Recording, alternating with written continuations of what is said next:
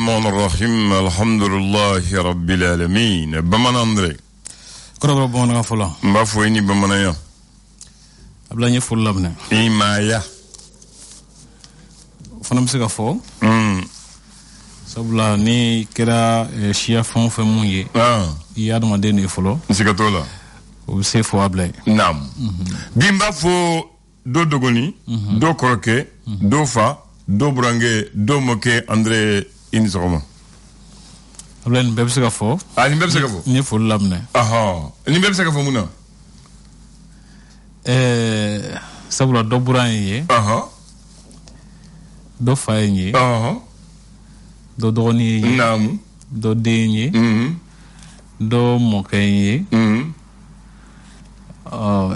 do refana koroke sikatola do teriye fane do teriye do fana chenye donc o juri bambela o che o armade ya tabulo ya blay nam mo ya glona do ni temesran de la nam ibuna ke chugo ibta soro ni ibe donye nam do biko do sirlendu la nam abiti ko jembe fele mata mine masebe me ko do burange do de o chen jimmy fola do ta jati mo yana mai sabula kada ka baraka namu nga mo yana mo do fana bulu sabula ni dendi mo ma able o yikam mo yana mai namu abe fega mo fo namu do ibta soro ni do kende do tala ka mo do jati nga do ba jati ko do ti ko yana mai do bulu nam go ko yana mai do bulu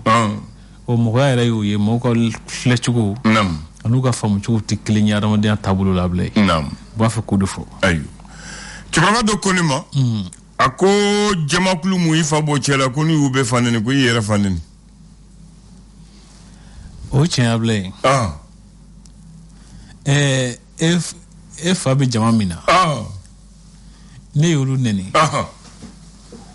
abla if abi jamali laibo ubedi abu jamana ukoro yire fanene wable kono be je kono adama de yakono namu abla niki ba ke chugu dola ala bay bi gasila se yire ma allah akbar mo kan ga ko jatemne foloka dan fara do ko nyonche yani ka tika latika do ke wala ka kuma do fo note ibe di kudo ke wala ka kuma do fo wala ka tabulu do ta ka suri mo sege ke ala ba bi do yere gashila sikatola o ba fa ko do fo ni fa ne ni kon do ni yere gashila ay ko ifa silendo jema muna ko ni ube fa ne ko ifa ne ni ni jaman ne sisa ifa ne ni jaman fe mo do yere gashila wa sikatola ayo donc ko ko kan ko shikuma la ngan ko shikuma la ngan ko shiketo fa na blay note kuma do na ma sege ke ka ko da fara do am sega do yere gashila ayo bismillah ablan nan biye jumaye nam décembre kalo le temps ade wolo flan soro samba flani mukani kele nam o fasiri ba o sebeni ke fasiri gafo ko namna la jefrete folo minye parce que kuma ba folo do nyefo mo ye nam famali ka sera soro ko do lable tubarikallah amba damani gafe mutugo l'indépendant o ken yere na ya yoro sura kadanya de ayo okoni kadanye o nga halika sura kuma ka chasisa nga semen chalen ma folo ka foko sumilu boy maiga ko ale koni la daleno bamako kere kene sudola ko aso ke ko fargan bala nga ko akrefa mo wajira ka fo barama njugo nga ko farbe chugo mina ko segesel do kanga ke wasa ka se ka kena tabulu belajide jato nyedo nganye mi refonam talike minisuma nyamo ba ko lu dantel do ke samba flanu mo kan kele wuli ka jomu kala minisuma fe no puya jira ga fo kaskible no ka kele che mo ka ni shiki kulu fatura ko ma kemeni ma bi woroni duru able ko lu fana jogina able job ni ali anka jamana woro che sira tama baye ale baraba bulu c'est sans connaît ka mani kumare ba fe ka afaza ashi be ga je sikatola doni bagu akuma kacha wage ministre be se ko bo ale kelen be se ko bo lo galani bu be barakisa oche kuma kacha keme ka cimetière ka fo Wagner ko kuma mbala ka fo o koni ye mina bolo de ye dien jamana to bolo wasa ka Mali bali ani je nyoma ka baraka nyofe note ko Wagner ko kuma dronte ayo ko aka tano ko Wagner ko kuma dronte ko ba ko nuduba Sidiki Jabate second don tigla modo ko ndene natan ale koni wulendo Bijila brigade d'investigation judiciaire la o ko dokale no ka wele yinno ablay ale bolle ka da bija bisiga bo wele dugni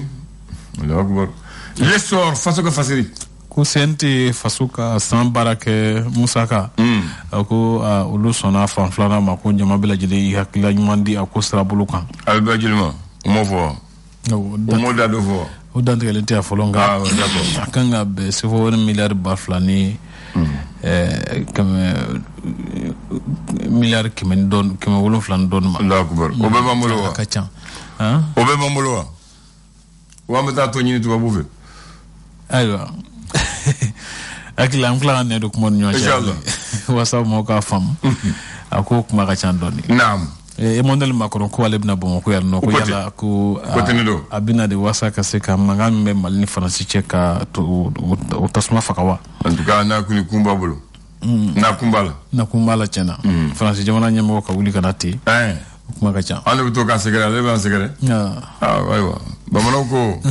ko sogo bi dum tasma ti dum mais sogo ti bi tasma ti segere o chen bien bu ni bi ko sogo bi dum de tasmati dunde mais sogo tigi bi tasmati segale o ni mo tasmati segale tlabat ni ga suko kana dunde o ko ni mo bi nyaaro mina ibo yoro segale wala ko ti segale fa ka wala ale taye si abado mo bi nyaaro mina abotama o ka usa kula wala wada ka tozige kerable ko mimbi talike wuli ga jokuro no kanga ke farafna jamono ko nana ko baraw wala ka nyeshi o tableau numa o mi refana talike fadian wala munu misro cewdu muso ce sigi kono ablandan ko jado baraw damnana wasaka ma chaman la famia a kododoka tubarikalla l'indicateur du renouveau akodi ko Mali jamana nyemo wa jira ka foko fentna fra oni kele choka Mali kona able tunia ukuma faka bafla fraka ka munge nga ko jamana nyimo maso mi rep talike kan Cameroun 2021 ko wase ka don dula ci keneka ko fo coronavirus bulu ci seben ka yibulu walma ika ani ki ibulu ika sekeskeli ke ka bulu ci ke folo ani ka après le modo ka tatisige ka sekeskeli ka ika fo banatila ya betita makacha abnagele ko mano Kidal ko ani minaka ko la sigiba min bala ka ke bana cercle jo kono na ko bankera ma yidno fana bamanchu de ko ambulo bamanchu de ko nga ka barakoro ko kala jigi sojuna wuli ba fe obi sen tele gouvernement le bo ko yala mi uta fanga fen gouver nambara do e bo wara yinde la blay ko mo ko min gefolo wato ko mi taka duma asa fe futidi fen ka duma voilà ubana commune na fema duma ubana cercle la fema duma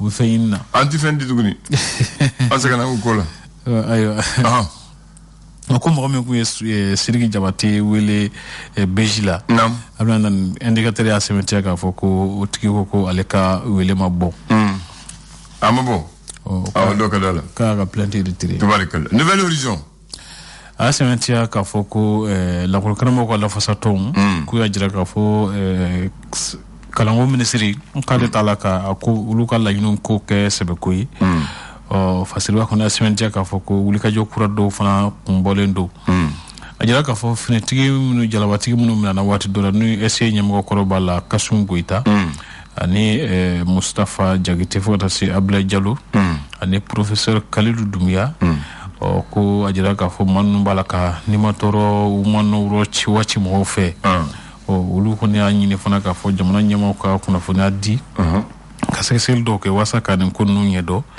kanya ani ka adama dunga hakew la fasa min ali hukumu kono naam mi rafnam talike minusma ka samba flan wani kili bara hukumu kono nana ko koni lakana ngo no salu ba tan sawa jatike no patrouille k'u ye wulikajɔ 100 jate kɛ walasa ka sigidalamɔgɔ dɔw lakana k'u ka maa 25 olu kɔni fatura u ka baara ninnu senfɛ. Le républicain ko colonel Assimi Goïta jira wada ministre ka lajɛrɛ senfɛ k'a fɔ ko ni yɔrɔw ma lakana ani ka jamanaw bila cogoya la min bɛ maaw la ɲaraki ka kɛ cakɛdaw sigili kan ko an b'a fɔ ko an kɛ cakɛdaw ka se ka b'u yɛrɛ la cogo min na ko tant ko ma kɛ a bɛna na ko a tɛ ɲa. o kɔfɛ sa ka jira k'a fɔ baraji min bɛ marikala ko ale kɔni segin bɛna ka kan k'a dilan ka ɲɛ ko miliyari 3 jate ko bɛna don a baaraw da fɛ jene ani baɲakara ko an ka ladalafini minnu bɛ yen nɔ ko lamɛrikɛ jamana b'a fɛ ka olu don ba la kosɛbɛ. o ka ɲi. Mali turbine gɛlɛya min bɛ Mali kɔnɔ sisan sɔrɔko dɔ ma ba expert comptable Sɛnɛ Jara ko ale kɛmɛ ka fɔ ka filɛ dɔw kɛ min b'a to Mali jamana bɛ se ka bɔ ni gɛlɛya ninnu kɔnɔ cogo min na. Modibo Mbawu Makalu ni ale sɔrɔko dɔ ma ba fana ye ko ni y'a sɛbɛntiya k'a fɔ ko sika fɔ ka kɛ ni jamanaden bɛɛ lajɛlen ye walasa min b'a to Mali bɛ se ka malidenw bɛ se ka don da kelen fɛ ka bɔ da kelen fɛ cogo min na. o kɔfɛ sa min tali kɛ Bazoum ni ale Niger jamana ɲɛmaa ye k'a jira k'a fɔ ko ni MINUSMA bɔra ni Barkani bɔra Gawo ko MINUSMA fana b'a ka minɛnw cɛ ka bɔ Gawo. Hokumu kɔnɔna na n bɛ tali k'a fɔ Dr Musa Kulubali n'ale ye adamadenya dɔ ma ba ye a jira k'a fɔ politiki mɔgɔw kɔni fililen don ka kɛlɛkɛta la Mali kɔnɔ. Mali d'aujourd'hui ale y'a sɛbɛntiya k'a fɔ ko sariya ye a jira k'a fɔ banku kan ka wari dɔw sara sigidalamɔgɔ dɔw ye ko banku bannen don wa ko jamana fana tala ka kuma ko yala ko bɛnbɛnbɛn dɔ kɛlen don sigidala kiliyanw yɛrɛ fana kama wa minnu t'u ka wari bila banki la ko Move Africa Malitel ni a ka wari cisira min bɛ wele ko Mobi Cash ko kɔni kɛra Move Money ye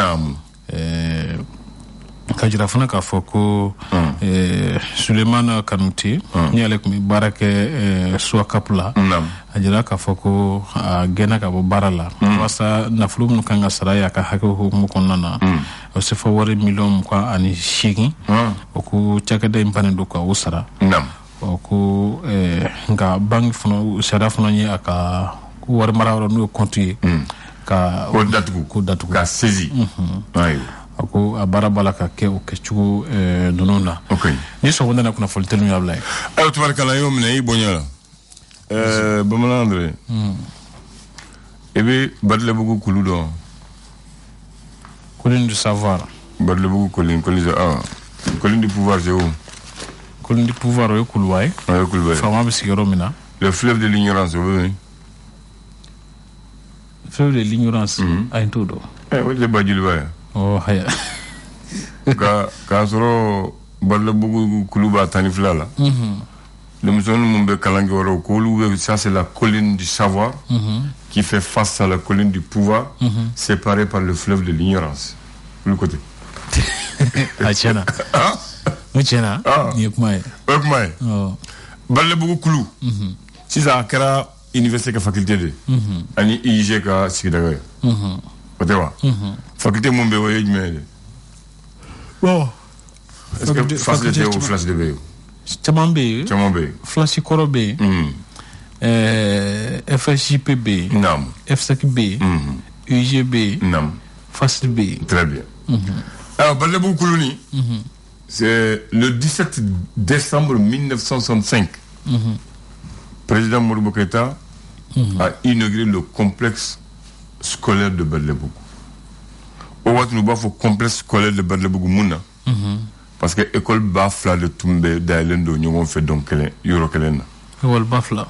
Lycée de Badalabugu fan kelen tun ye lycée fan kelen tun ye INSEC de l'INSEC de Badala a tɛ tɛ bɔra yɔrɔ min na donc u y'a sigi ka kɛ complexe lycée bɛ fan kelen na fan kelen ye INSEC ye école normale secondaire ko camancɛ kalan ka camancɛ baarakɛla sɔrɔ ani lycée denmisɛn mun bɛ se ka si ka ɲi o hakili ye ka taa n'u ye pour que ka se ka kalanjan kɛ ka kɛ cadre A ye don min na o y'a dayɛlɛ Oya daele ma daele ganzande.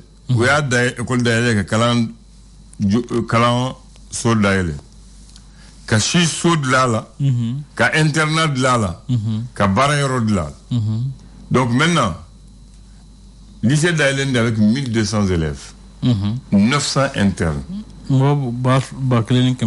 900 internes.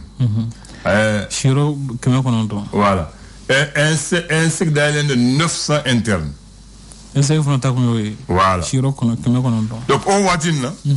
Et puis, c'est que Boy Robert, et puis c'est que Boy Malibel et qu'on a qu'un sec qui est Badlebougou, ou bien que le lycée qui est Badlebougou. Malila. Kaso lycée tout match. Kaso Jatila, Yama Jatila, voilà. Ni Jatiki, la peu, itima don, internat B, internat Krodi, Shiso Bidima, Dumuni Bidima, Haliteni Bidima. Safune Bidimi, Koni Banana Fura, il fera que au rola. Moribo Dagoke, o watine école Tunkadi. Ibo Tombouctou, Amasenga André don, Amasenga Bakari don, Alain Dimadon, Chi Robidian, Dumuni Bidian, Fini Bidian, Kalero Frake Mounini. Il veut Kalangadro? Ah, Ban, et à femme, au de Tumbe, au Watin. Et puis, il y a école d'Atografana, Netna Madel Katasode, ou Burekison de Obia bien, Tambetango, Mogofe.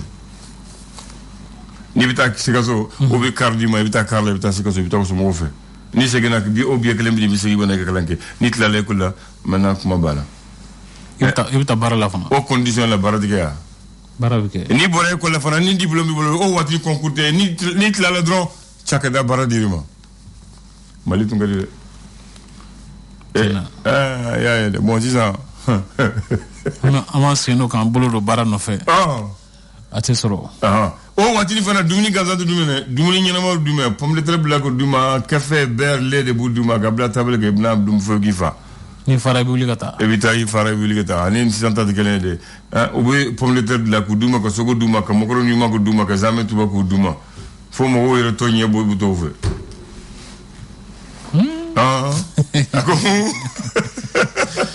Tiens, on est ça. Ni tra internat là c'est ça. Et watu ka janyo. Watu ka janyo. Internat c'est ça. C'est un logement de paix. Et les logement évidemment ni yéré. Il y a pas d'internat encore. Les gens confondent, il y a plus d'internat. Il y a logement. Oh, Shirobi. Shirobi. Evita nyini yéré. Evita nyini yéré dumuni. Voilà. Donc on va dire donc il peut voir France là pour que toi semaine. Ne be fama wati na wakle ni kama duru kun. Ayo. Donc bon malif le de kata wati na ya ko be chana. Yana ko chana. Ngo ko chana. Ko chana de. Bon tu m'as fait ko de bon malif na donc on le ma flo kalambi ke wo jagyo. Parce que face à faire bec pour ka kelen. Jorotala, Dubini Jorotala, Loger Hamitila, Fentila. Jite grève ko no fana. Grève ko ni retunte do. Dem ko simi na grève bombelinia. C'est voilà. O wati ni yere Musa wati tumodo yere école karamo ko kalo saba. Uti sara me uta barala uti grève. O karayan. Kalo saba ebita barala dongodo. Sarati di ma même machine grève. Mais ça aka ke kalo kalen ndre kana sara di kalaje. Kalo kele wa? Ma fi wakati ancien tara grève la clé non c'est la ko clé ou sala tara na retard la clé fla ouais malifle wa kambe to ko jugo dai voilà merci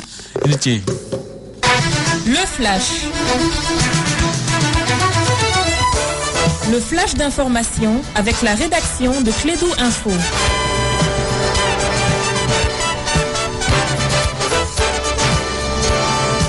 On donne la parole à ceux qui connaissent pour le flash de 9h. Bienvenue à toi. Merci Abdoulaye et bonjour à tous et bienvenue dans ce flash d'information. L'ancien ministre Soumelou Boubei Maïga a été hospitalisé ce mercredi 15 décembre dans la soirée. La dégradation de son état de santé a justifié qu'il soit transféré dans une clinique de Bamako. L'ancien ministre de la Défense et premier ministre était détenu à la maison centrale d'arrêt de Bamako depuis le 25 août dernier.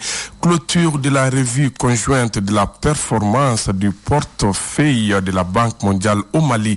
La cérémonie a eu lieu ce jeudi à Bamako en présence du ministre de l'économie et des finances Alouseni Sanou qui a demandé aux partenaires de poursuivre les efforts visant à une nette performance de la gestion du portefeuille des projets au Mali.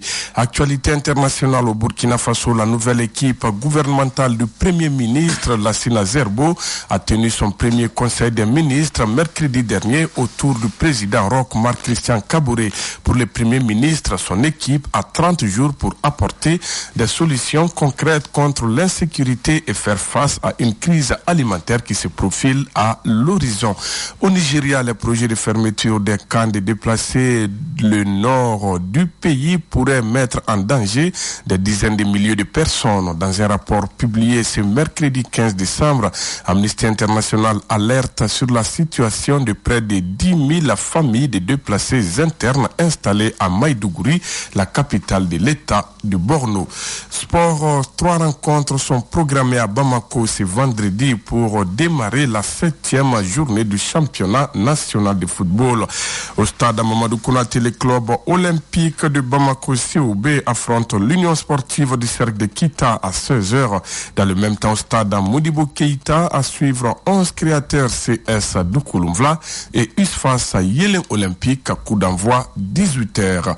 Voilà, c'est tout pour ces flashs d'informations présentés par Sekou Kouné sur une mise en onde de Abdoulaye Andanditeya. Merci à vous de l'avoir suivi. L'info revient sur Clédou à 10h. Merci à toi, agréable journée, très bonne prière et prions pour le Mali et nous-mêmes.